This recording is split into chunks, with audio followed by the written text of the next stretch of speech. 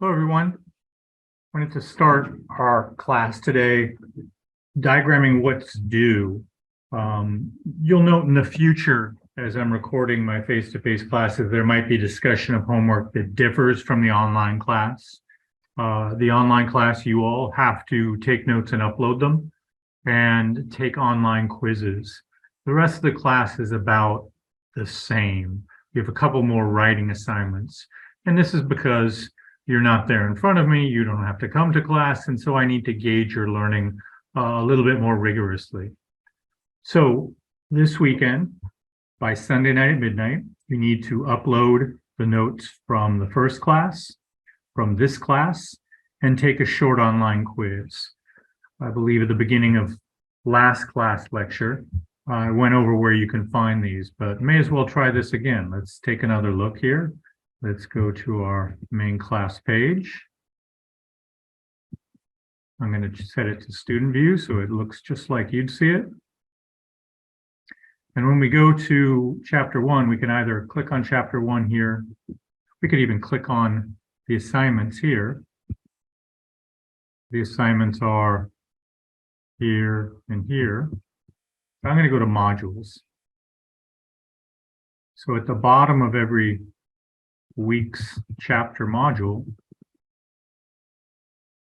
is the homework. So here's the lecture I posted for our first class. I'll post this here above class number 2, and here's your quiz. Simply click in here and upload a picture of your handwritten notes. These need to be handwritten.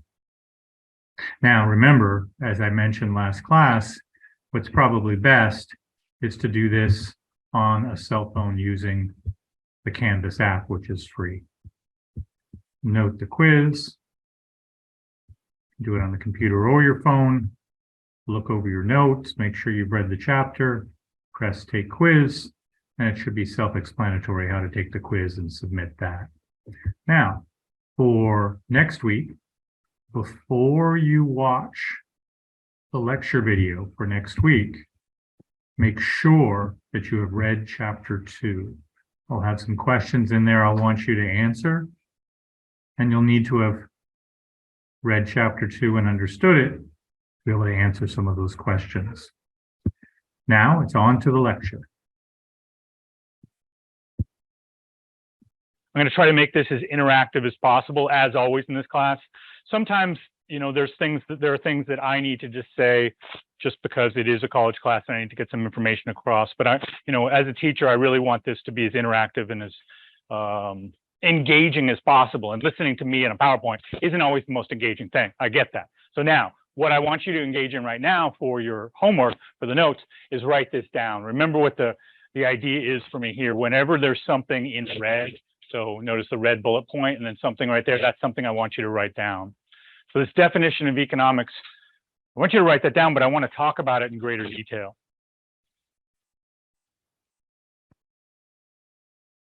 So it's a social science. Any of you take physics or biology or chemistry? Anybody in this room? Are we all avoiding those kinds of classes? Yeah. So in those classes, that's what I would call a hard science. In those kinds of classes, there are physical rules about how chemistry works. There are physical rules about how, light works, how gravity works. Are there physical rules about how humans behave all the time?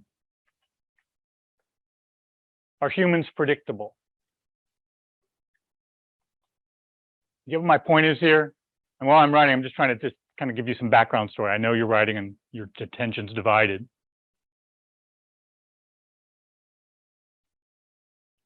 So we're dealing with a social science, a science based on human behavior that is really difficult to predict.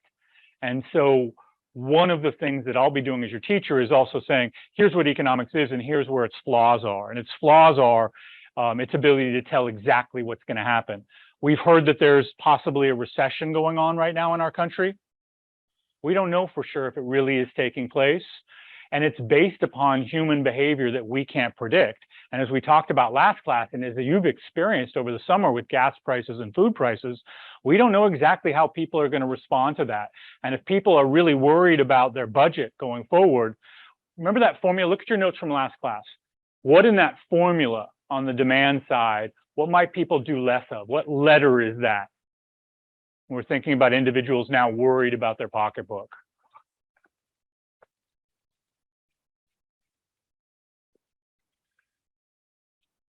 What letter is that? Look back in yesterday's notes. Hopefully you're keeping a binder with everything one next to the other, and then you've got a study guide right in front of you. Yeah, C, consumption. So we don't quite know what's going to happen there. And okay, so now you as future business owners, given that business owners don't know what C is going to be, what their consumers are going to do, what might they not do? What other letter is in that formula? I, business investment. So we've got uncertainty. So in the sciences, to those of you who raised your hand that said that you've taken a science, and all of you who had science classes in high school and junior high, this is a social science.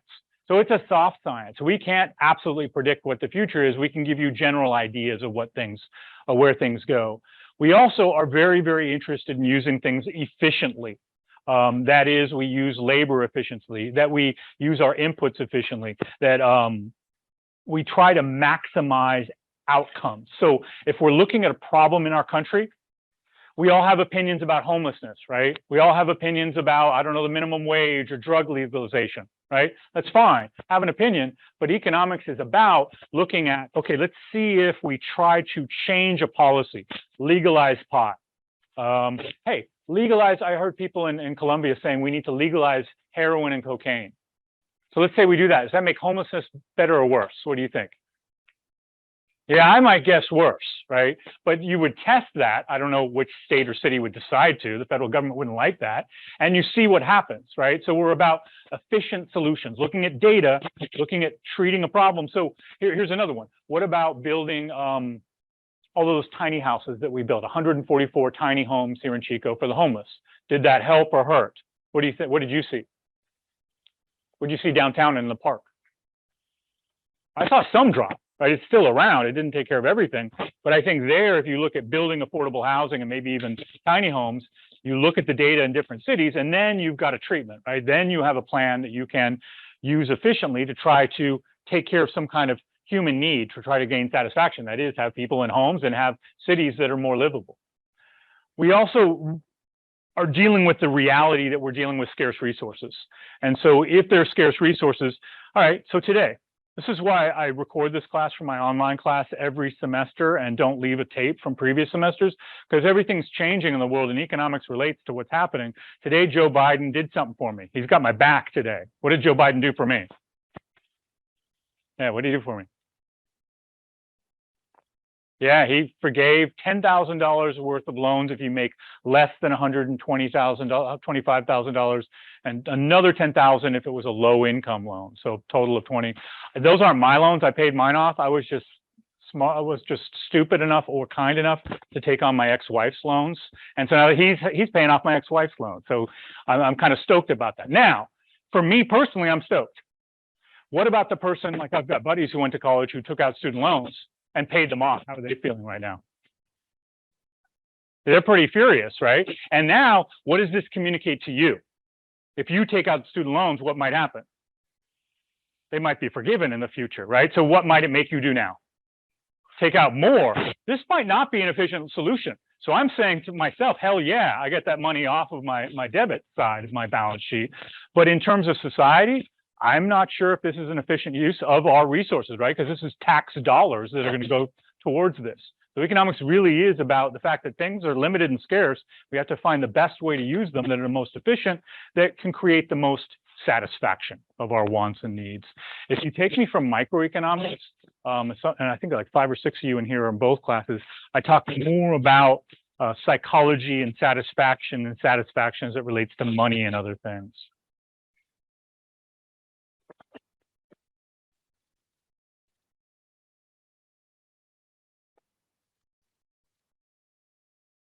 Okay, so next, some terms.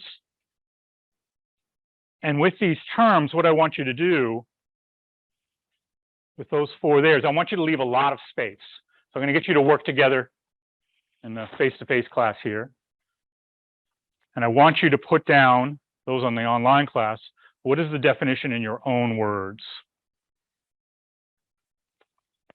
So we've written down what we believe our definitions are for specialization, division of labor, economies of scale. For economies of scope, what does Elon Musk own? What different things does he make? So let's write in our notes next to economies of scope. What companies? So SpaceX, let's write that down. Tesla. What else? Boring Company. What do they make? Yeah, they're building a tunnel under Las Vegas right now so people can move really fast between places. There's another one, at least another one. Anybody know? I don't believe he owns, and he owns a lot of crypto, or at least he did.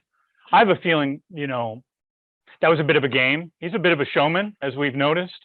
And I think him buying up that crypto was a way of him kind of moving the market a little bit. Kind of like what he's doing with Twitter right now. He's trying to tank Twitter so he can buy it cheaper. I mean, I respect the man as a businessman, but I don't know, a lot of us are feeling like he needs to keep his mouth shut a little bit more, but you be the judge. He certainly is a business leader. Yeah. Yeah, that's the one I was trying to think of. Neuralink.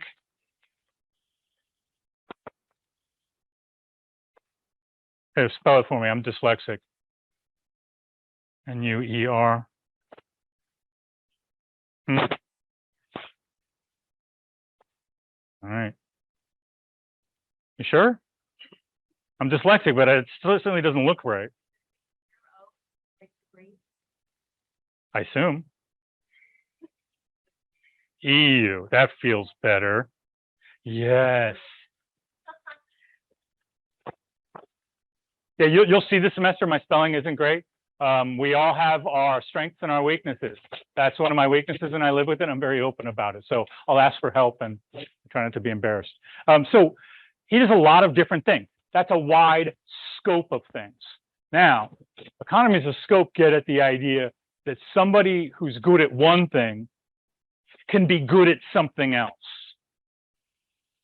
So if I'm any good at being a teacher, I could probably be a decent tour guide. Right? There's an economy of scope. What does he have in common here? What's his scope here? Building new company, but what about the companies? He builds large companies to do what, though? What's that?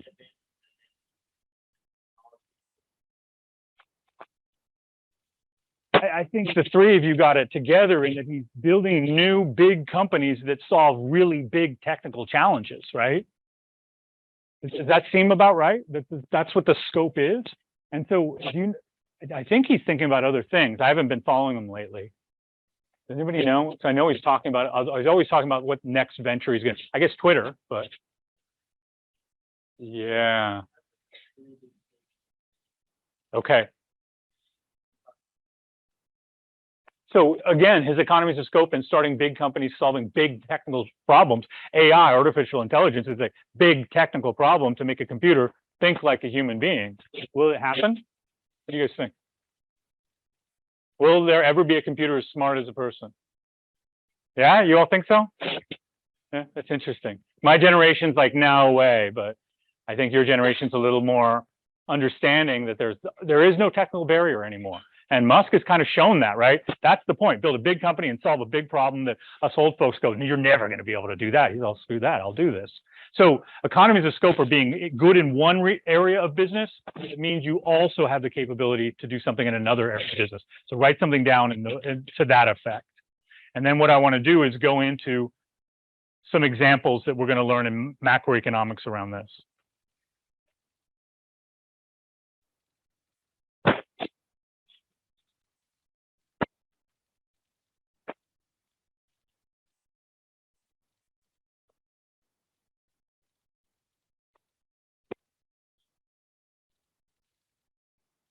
So now, since you left some space here, I want you to add some things here.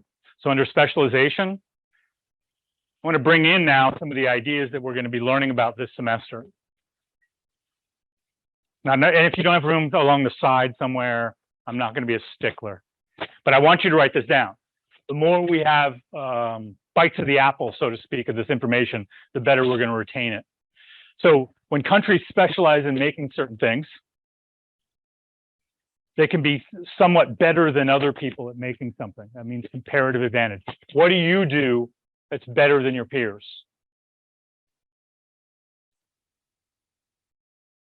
And if you don't yet, because I know when I was your age, I wasn't better than any, yeah, maybe things that I'm not going to say out loud. Yeah, it's certainly not recorded either. That means that whatever you're thinking of, that you might do a little bit better than others.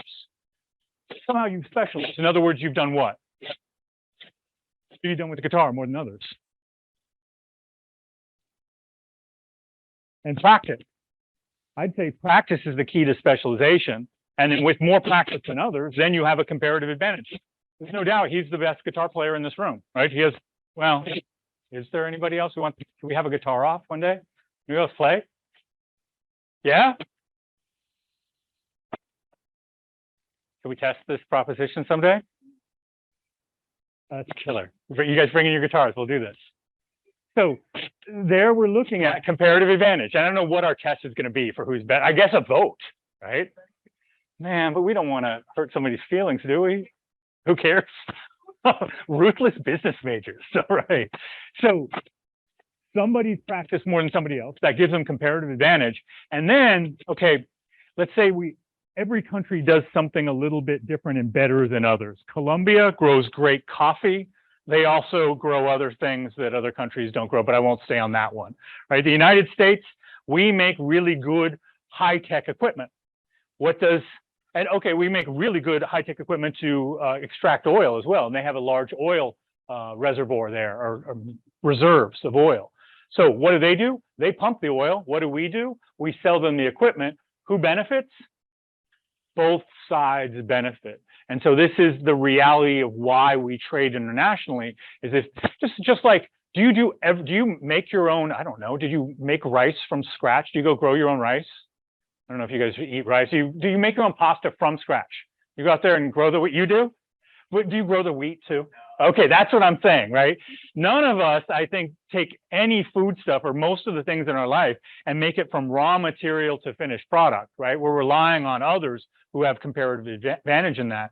And we all do it by picking a major, picking a job. A society is one where people have decided to specialize in different things, and then some have comparative advantage in others, and then we all benefit from that reality. The same holds true for trade. Now, to get into one complication, what's the problem with trade? Why are we worried about China and other countries?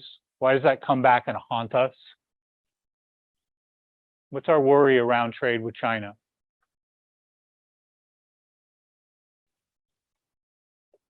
Yeah.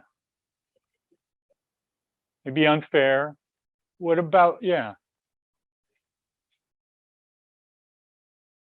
Right, we get it, and what's the worry? What's happening here that's a negative effect of that? We're certainly getting a lot of cheap stuff from China and other countries. What did you say?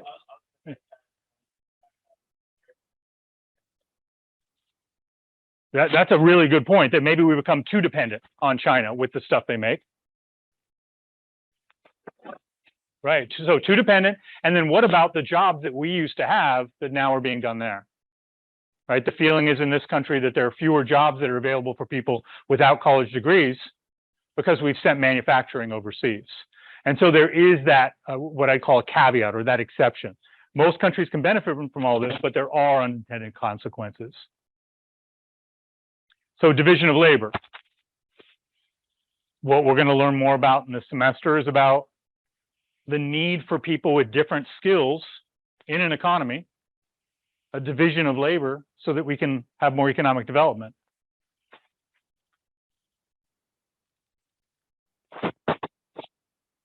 What don't we have enough of? We have an imbalance in the labor market right now. What do we need? Do you know any? And this is especially relevant to you all who are going to be job seekers.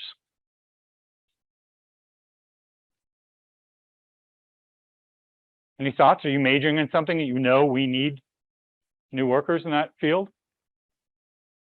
Yeah, what?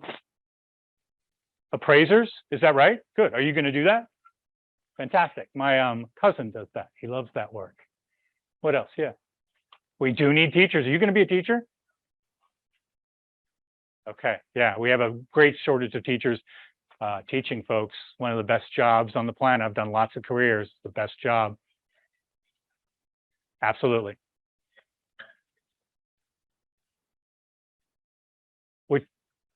Which for teachers, that's a lot of money, especially at that level. Yeah. Meaning at that level, meaning at non-college level pay and entry level. Yeah. We need accountants, is my understanding. Accountants in here. Yeah, a few of you. We also need doctors. Right? We need doctors and a lot of technical skills. We also need people to pick our food. Right? Where do we get people to harvest our food? They're immigrants, right? And so we have to have that spigot on to some level if we're not going to do that at work ourselves. So we need a division of labor in order to run economy. We need enough people in a certain skill. Now, why aren't you guys studying computer science or engineering if you're out for money? Why aren't you doing that? It's hard, yeah, because there you can guaranteed you're going to get a job, guaranteed you're going to make a lot of money. But here we have a mismatch. We have to import people from overseas into those jobs because I think a lot of people in this country just aren't interested in working that hard at that kind of job.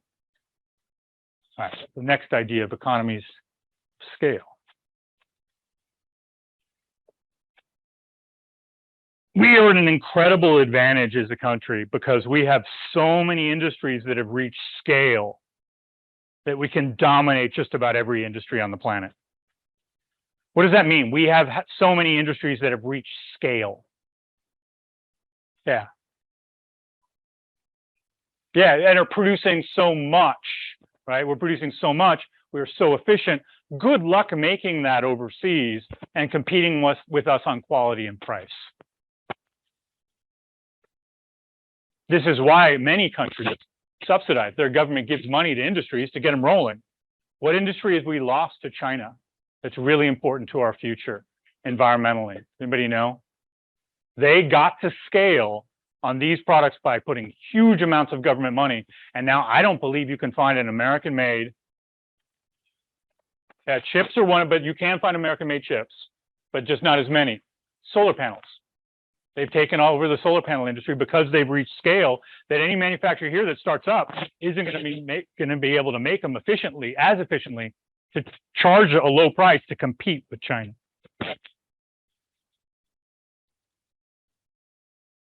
And then well-developed countries here with economies of scale can also realize more economies of scope.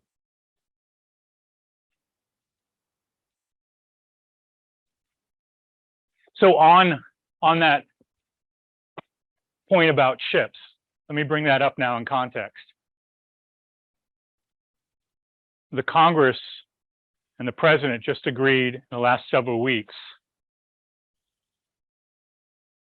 to spend about $250 billion, $250 billion, to give money to companies to make computer chips in this country. Do you agree or disagree? Is that a good idea? Because we're reliant upon Taiwan and China for our chips. And so I don't know if you've noticed cars aren't in lots. They can't get enough cars. Why? Because they can't make them. Why can't they make them? They can't find the chips. And if we want the chips, we're reliant, as we were talking earlier, on other countries for those chips. So do you just throw up your hands and go, tough shit? Or do you do something? And we decided, both Republicans and Democrats, to say to private companies, if you build a fab, that's what it's called, a fabrication factory to make computer chips, we will give you a very low interest loan that I think they're going to pay off for them. Does that seem a little unfair to you and me? Maybe, but is it maybe useful and necessary? It's a way of trying to get us up to scale, right, and have the scope and have different industries, right, that we're good in cars and we're also good in chips, so we can actually have cars on parking lots. Has anybody bought a used car recently? Was the price, from your perspective, really outrageous? Was it a friend deal? Right. Yeah, my understanding is used car prices are through the roof because people can't find new cars because we don't have chips. And so this idea of using government money to get to that scope, while many of us might think it's a corporate giveaway, both Republicans and Democrats agreed we have to do that, or else we're not going to have enough chips to drive our industry. All right, moving on.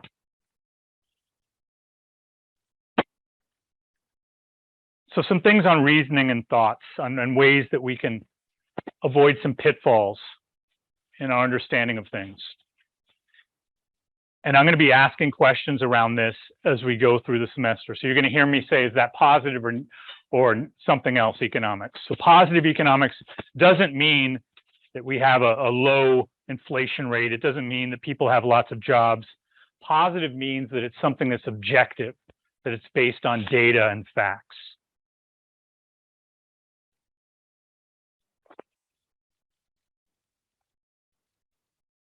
Normative is something that's subjective and based on your own opinion.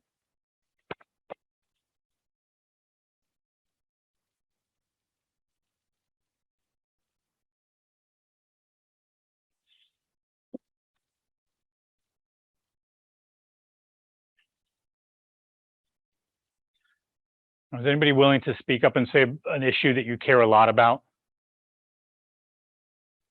Give me something to work with, or I can just talk. What does somebody really care about? A really passionate feeling about something, but they know other people disagree. Maybe something about economic. What about the shutdowns?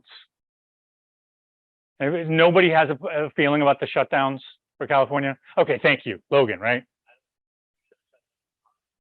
Okay. Does anybody agree with him? We have forgotten about the last 3 years. We just put that in our rear view and want to move forward, huh? So sorry to bring it back up. He has a normative belief, right? His normative belief is that we shouldn't have shut down as much as we did. Is he necessarily right? Yeah, just from your perspective, right? So here's the beauty of economics. Now we take that normative belief system and we put it up to the test of objective data. So let's look at California's economy. Let's look at how many jobs were lost. Let's see how many lives were lost and try to balance that out. Was there enough lives saved by the shutdown to balance out the lost income and jobs? And we have, if you've taken me from micro and those who are also in my micro class, we have a way in economics where we value every life at about $12 million. Literally, for statistical purposes. So I'm still waiting to see the studies to show the amount of massive economic loss that took place because of our shutdowns, and then the number of lives that saved, their guesstimate of that, and then the value of that. My guess is it didn't equal out. My guess is that indeed you are right in economic terms. We shut down too much, too long, and it didn't balance out. Now, even if I present that data to you, that not enough lives were saved to account for the economic loss, would somebody maybe make a reasonable argument that, no, I don't care if you believe a life is worth $12 million. If we save 10 lives, that's important. You think somebody would still believe that? I think so too, right? But this process of economic reasoning, of having a belief, right, a normative subjective opinion, put into the test of data, allows you to make a stronger case for something rather than I just believe this, damn it.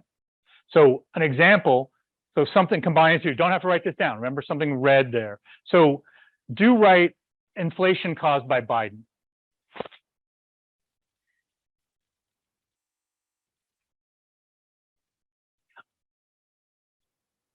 The things at the gas pump with the sticker of Biden with the finger, it says, I did this. Is that true? Is that a normative statement or is that a positive statement? That President Biden caused the inflation. Let's hear it. Someone's got an opinion here. So it's certainly normative, but could it be positive? Could it be true that his policies pushed us in that direction? Could that be true? Okay, so one of the things was we stimulated the economy probably too much. Anybody get some stimulus checks? Some of us did. I'm sorry. So many people did get stimulus. I hope I'm not bursting your bubble to tell you this, that indeed a lot of people got more money than they probably needed. I know some people got a lot more money than they needed. And then what do you do with a lot of money that you didn't need? Go out and spend it. And there's so much spending that led to inflation. That's a possibility that he and the Democrats might have caused some of that. We also have war in Europe and our sanctions against Russia. And that those sanctions against Russian oil means less oil, means gas prices will go up. Then we have the Biden administration reversing some of the Trump administration's opening of new areas to drill for oil, and that might have pushed it up, right? So no matter what you think about Biden or not, I voted for him and I'm his supporter, right? I don't agree with everything, and some of you can, just judge me for that, but I'm going to point out where he's wrong and where I believe he's right. No doubt there were some of his policies that certainly were too aggressive that caused some inflation. But did he cause gas prices to go up? That one I can't really get my head around. Like I saw you nodding about the stopping of drilling for oil, right?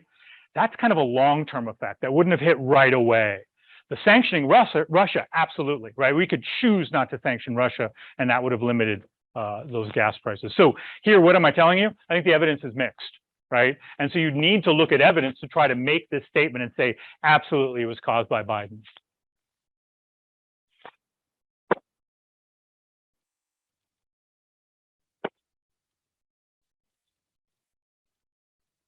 All other things equal, or caritas paribus. It's a way of making a bold statement and then holding everything else constant. I don't imagine you're going to make this in conversation with your friends, but in professional circles, you might say all other things equal.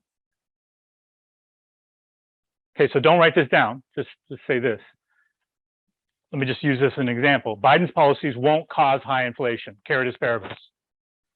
Right, so you could say Biden's policies weren't necessarily inflationary. And I could say that, I don't have absolute evidence that his policies created high inflation. But by saying caritas paribus, the other thing that caused inflation was supply chain problems, was the fact that it's hard to get goods into the United States. I took pictures on my airplanes both over Colombia and over the Philippines and over Oakland. And what do you see outside the ports? Ships just waiting to come in, right? Did Biden do that? No, Biden didn't do that. That's part of a larger issue having to do with coming out of a pandemic. So here, what all other things equal, or caritas paribus, allows you to do is make a qualified statement that it wasn't necessarily him that caused the high inflation, that it might have just been the supply chain. Wait, hold on. Let me do one other thing. You all will pass this. You all working hard. Yeah, you all working hard in this class will pass, caritas paribus.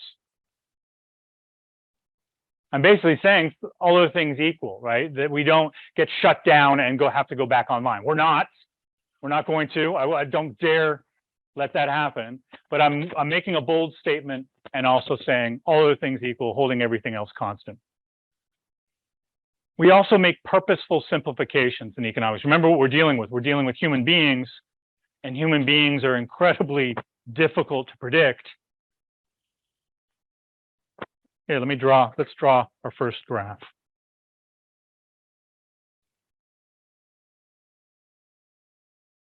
What's that called, that line there?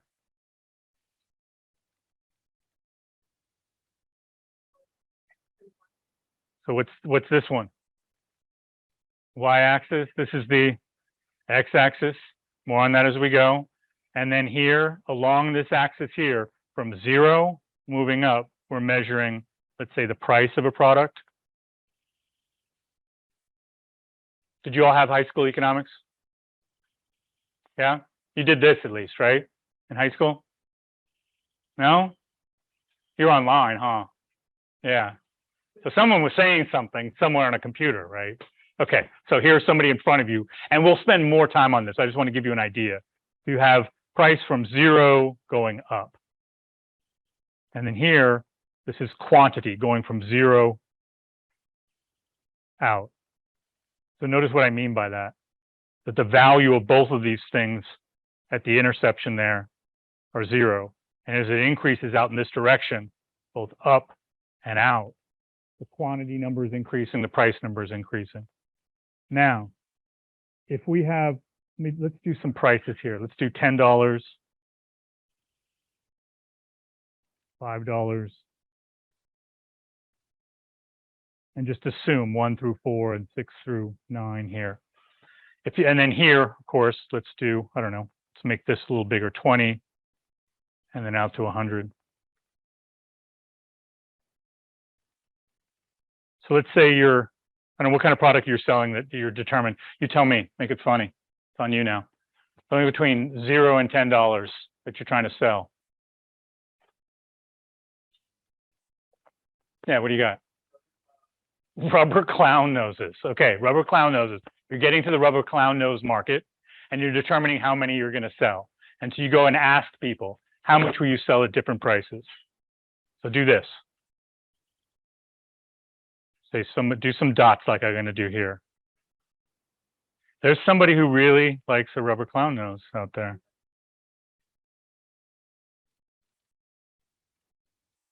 Halloween almost, right?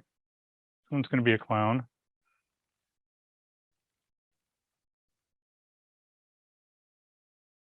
What is this called? And by the way, don't try to make this exact.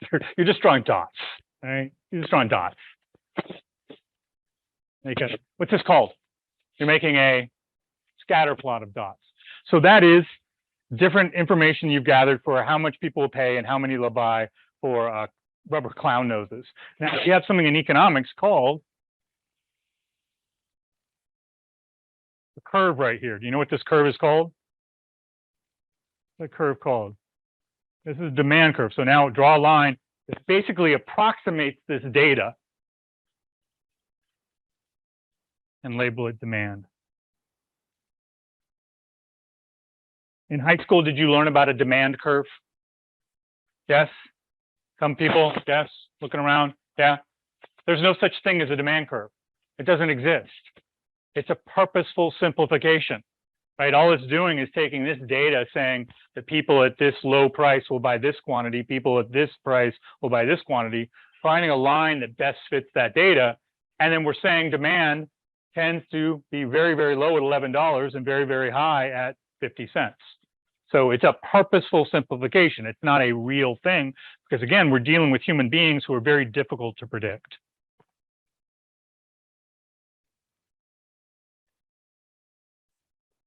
So here's what I was saying earlier. So here's a purposeful simplification. Don't write this down. As I was saying earlier, trade and specialization always helps a nation. Always can help a nation if I specialize in one thing and another nation specializes in another thing and we trade with one another. But the reality is that's a bit of a simplification because what's happened in the industrial Midwest of our country? Do you know what's happened to Ohio and West Virginia and those rural areas? What have they lost? Do you know what they're going through right now? What's happening there? If I showed you a map of the United States and opioid deaths, you know what you'd see? See a little bit in the North State. You'd see a hell of a lot of opioid deaths in Ohio, West Virginia, in the old industrial Midwest. Why? Are people from that area? Yeah, go ahead. Yeah, jobs have gone away. Industry has left. And people are, the death rate for white males in my age group, 45 to 55, is higher than any other demographic there from overdoses and suicides. Why? Because there's just not industry there. And why did that take place? Because we sent a lot of jobs overseas through specialization and trade. So while I'm going to tell you these purposeful simplifications that generally trade helps a nation, we also have to understand there can be negative consequences. The negative consequences of that area is pretty, the social fabric, as I say, is pretty frayed there. You know, economics is called the dismal science. Do you see why it's called the dismal science? We talk about some things that aren't pleasant, but let me put another spin on that. It's also called the dismal science because we deal with dismal things, but we try to find efficient solutions to problems. This is what got me to be an economist. When I was in college, I heard everyone running their mouth in classes, that is teachers, about we need to do this, we need to do that, this should be this way. And I didn't really hear any facts about, well, would that really work? And finally in economics, I got classes where we were talking about, okay, here maybe is a solution, let's test it out rather than just talk about it.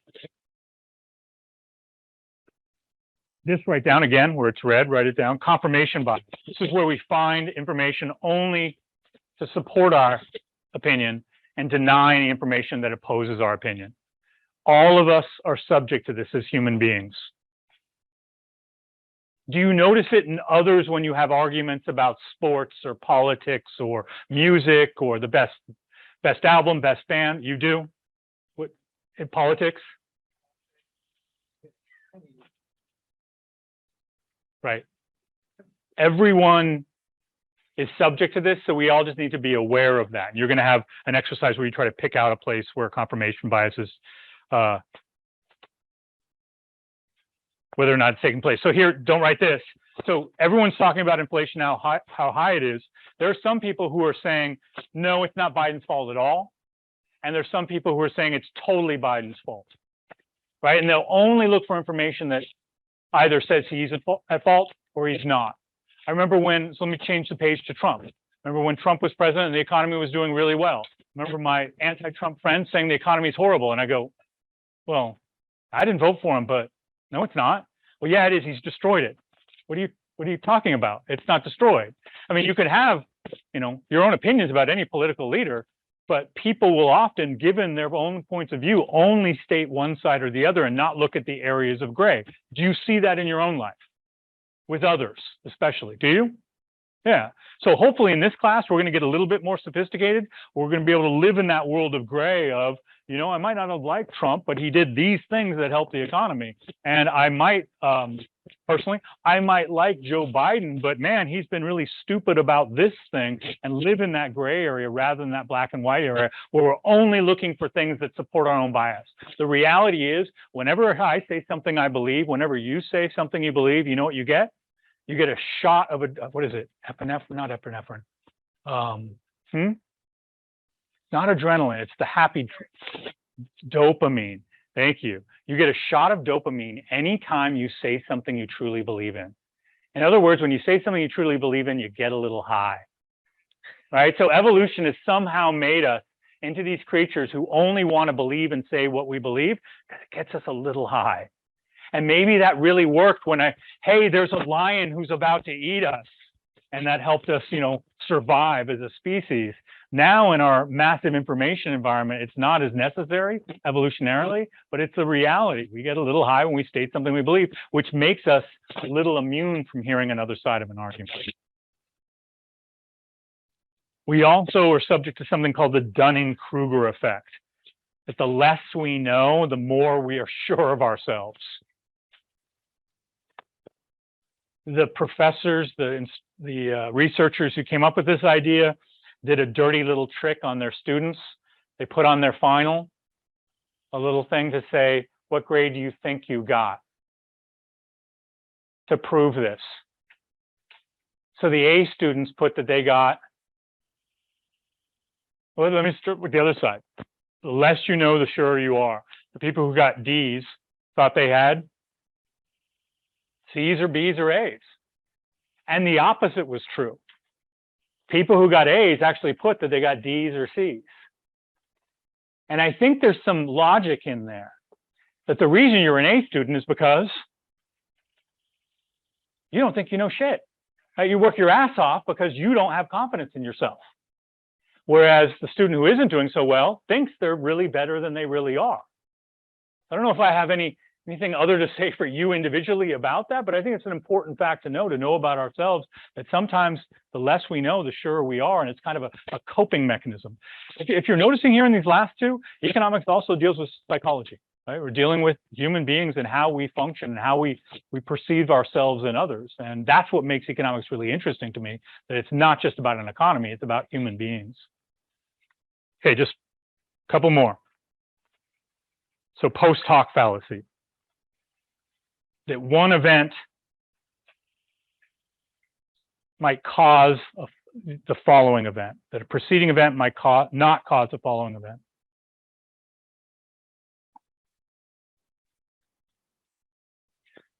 Oh man, I have not done this since Roe was overturned, so I'm not trying to create a revolution in this classroom, but it's more relevant than ever. Post hoc fallacy would be to say that two things that happen in a succession of time, that one thing necessarily caused the other. So Stephen Levitt, an economist, put together this data that showed after Roe v. Wade, making abortion legal and available to all women, after it took into effect in 1973, abortions rose. And then 18 years later, 18 is the age where people commit their most crimes. It's what the statistics show, believe it or not. So 18 years later, crime dropped. And he said more abortions caused that drop in violent property crime and murder. On its very face, that's the post hoc fallacy, that one thing doesn't necessarily cause the other. That doesn't mean they're not related. Listen to his thesis. His thesis is, his argument is, that if you were a child of a parent who did not have the time, space, or willingness in their life to raise you, pre-Roe v. Wade, they would have you and maybe not take as good a care as you needed. And therefore, when you turned 18, you were more likely to commit crimes. But after Roe v. Wade, mothers who weren't willing to keep a child to term could terminate that pregnancy. And thus, there were fewer 18-year-olds raised by mothers who didn't want to raise them. And therefore, they'd be less likely to commit crime. That even, no matter what your feelings are about abortion, does that make some sense? Right? Even if you're anti-abortion, I think you can see the logic in there. There's a whole nother moral question of abortion that I'm not addressing here, of course, right? But note here, this either could be a post hoc fallacy or he could have a good argument. But one thing happening in time and another thing later happening in time doesn't necessarily make one cause the other. I know I have a friend from high school who believes that COVID was engineered to get Trump not elected, right? That is on its face a post hoc fallacy, unless he can show me what? Evidence, right? You show me evidence, I'm all ears. But he just says this, and that in its very nature is post hoc, unless you can show evidence. Here is some evidence of that being the case, right? And hey, as a social scientist and as an intellectual, I have to say also, do I know for sure that he's wrong? Do I know for sure he's wrong? Could China have engineered this and I didn't know about it? Quite possibly. I'm not in China, right? I'm not an expert. So there's another thing to be said there, right? It is a post hoc fallacy, but I don't know whether he's right or wrong. I need data to see. I doubt it. I'll say that. Lastly, and then I'm going to get you in groups, is whether something causes something or they're just related. So is it correlated? Is the data related to one another, or is one thing causing another thing?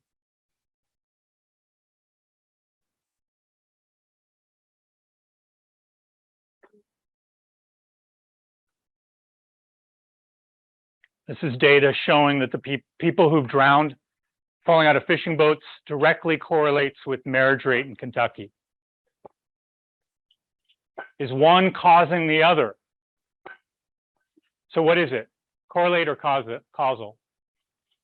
That's a so if you want more marriage in Kentucky, or if you want less marriage in Kentucky, you need to be pushing people out of fishing boats. That would be causal, right? Correlative just means the data moves in the same direction. There's another one of people drowning in swimming pools and the number of Nick Cage films. And it fits perfectly. It's not causal, right? It's correlative. Here is how equal income is spread in a country and how unequal income is spread in the country. And then the level of various social problems. The United States has the highest level of income inequality among our sister nations, other well-developed nations. Japan, the lowest. We have the highest level of these societal problems as listed over there. Japan has the lowest. You put a line of best fit there, it seems to indicate there's a relationship here. Is this proving causality to you? Does this absolutely prove this causes that? No, it doesn't. Could it? I could make an argument for it, right? But this data is just saying that one thing seems to be correlated with the other, it doesn't mean that one thing is causing another thing. So we're going to get more into this kind of complexity later. Now,